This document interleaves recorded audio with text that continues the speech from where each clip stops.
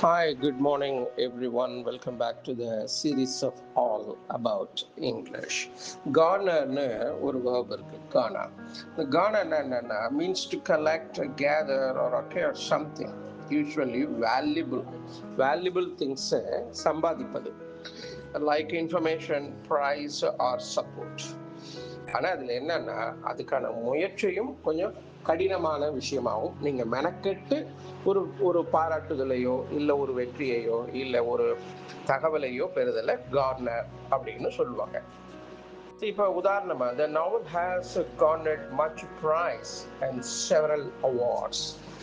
இந்த நாவல் புதினம் பல பரிசுகளை பெற்றிருக்கிறது, சம்பாதித்துள்ளது அப்படின்னு சொல்றாங்க. The novel has gone much prize and several awards. நிறைய அவார்ட்ஸ்களையும் வாங்கி இருக்கிறது அப்படின்னு சொல்லியிருக்காங்க. ஸோ கார்னர்னா பெறுதல் வித் டிஃபிகல்ட்டி, அதுதாங்க வித் டிஃபிகல்ட்டி ஆர் எஃபர்ட்,